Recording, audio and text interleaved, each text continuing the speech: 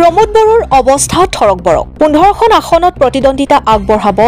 জিএছপিয়ে চালানীক আদৰি নলয় দিহিৰাবাসীয়ে মুছলপুৰত গণসুৰক্ষা পাৰ্টিৰ সভাত পাৰিষদ ঘনশ্যাম দাস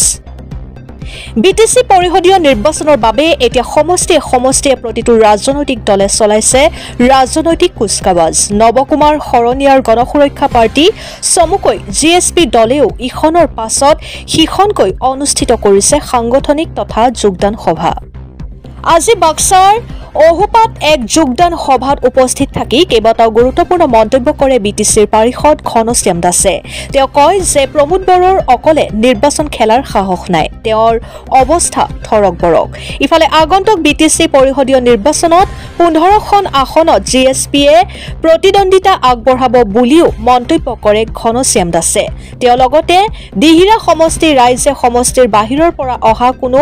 চালানী প্ৰাৰ্থীক দিহিৰাবাসীয়ে আদৰি নলয় বুলিও তাৎপৰ্যপূৰ্ণ মন্তব্য কৰে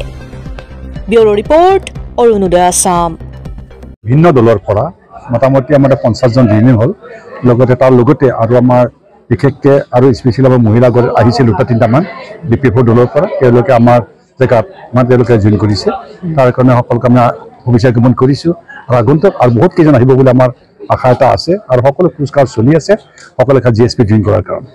জিএছপি ভিত্তি 99% ওকে হৈ আছে তাত চিন্তা কৰিব লগা নাই সকলো আমাৰ যিমানখিনি কৰ্মচাৰী আছে বা আমাৰ কৰ্মকৰ্তা আছে সকলোৱে একত্ৰিত হৈ আগবাঢ়ি আছে তাৰ লগতে ষ্টিয়াৰিং কমিটি ব্লক কমিটি সমন্বয় আঞ্চলিকবিলাকে আছে লগতে আমাৰ মহিলা মোৰ্চাসকলে আছে মহিলা আঞ্চলিকসকলে আছে নিজৰ কামত নিজে আগবাঢ়ি আছে তাক চিন্তা কৰিব লগা নাই যেহেতু আপুনি এগৰাকী ইএম আছিলে এখন প্ৰবঞ্চনা কৰিলে চৰকাৰে এতিয়া প্ৰত্যাহ্বান হ'ব নেকি ইবিবিলাক আপোনাৰ কাৰণে সেইটো প্ৰত্যাহ্বানটো কৰিবই লাগিব কাৰণ যিজন এমচিএলএ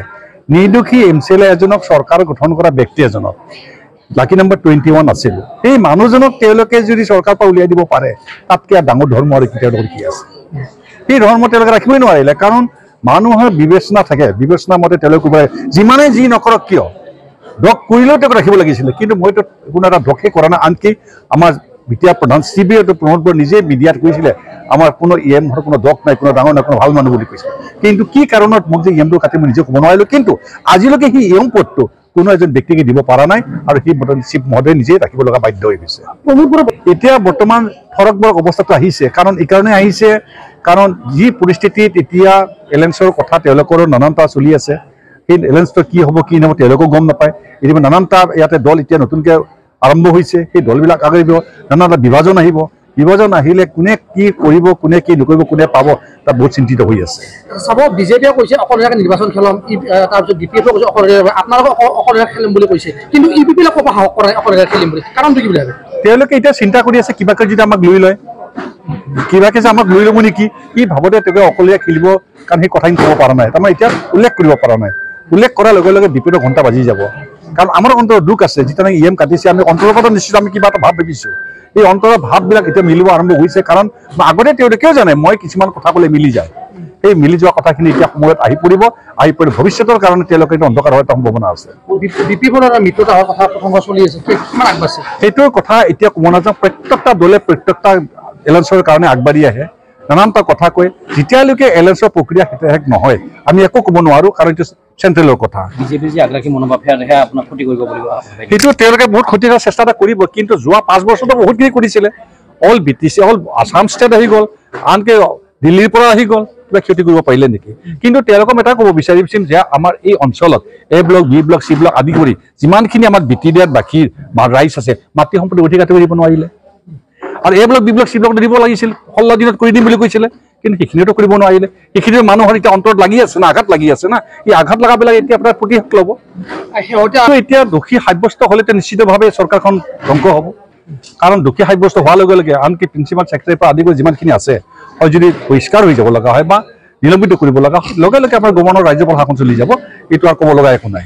যেতিয়ালৈকে ষ্টিমিট চাইন কৰিব লগা হয় তেওঁ এপ্ৰুভ দিব লগা হয় পঢ়ি শুনি চাইন কৰিহে তেওঁলোকে আগবঢ়াই দিয়ে এজন প্ৰধান যি ইনচাৰ্জে তেখেতে গম নোপোৱাকৈ কেনেকৈ চাইন কৰিব সেইটো মোক ভুল তথ্য দিছে সেইটো গণসংখ্যা পাতি কিমানখন আসন কেণ্ডিডেট দিব এতিয়ালৈকে আমি চিন্তাধাৰা কৰিছোঁ মাত্ৰ বেছি কেণ্ডিডেট দিয়াৰ আমি সিদ্ধান্ত কৰা নাই যে য'ত আমাৰ যিটা এটা সম্ভাৱনা আছে সেইকাৰণে 15খন আসনতে দিয়া এটা চিন্তাধাৰা কৰিছোঁ আৰু সেই চিন্তাধাৰা মতে যদি আগবাঢ়িব পাৰোঁ তেতিয়া নিশ্চিতভাৱে আমি 15ৰ ভিতৰত 7খন জিতাৰ এটা আশা এটা আছে শক্তিশালীহে দিব শক্তিশালীহে দিম আমি য'ত নেকি আমাৰ জিতাৰ প্ৰক্ৰিয়া নাই সেই অঞ্চলত আমাৰ তেনেকুৱা স্থিতি নাই যেনেকুৱা কিছুমান এৰিয়া আছে সেই এৰিয়াবিলাকত আমি কোনোবিধ আগবঢ়াৰ সম্ভাৱনা নাথাকে তাত কেণ্ডিডেট পইচাকেইটা খৰচ কৰি ক'লে আপুনি দিহিৰাত প্ৰতিদ্বন্দ্বী এতিয়ালৈকে ধৰিবই পৰা হোৱা নাই কোনে কি কৰিব কোনেও ক'ব পৰা নাই এতিয়ালৈকে ক্লিয়াৰ ফাইট নাই ক্লিয়াৰ ফাইট নাই যে মই কাক ক'ম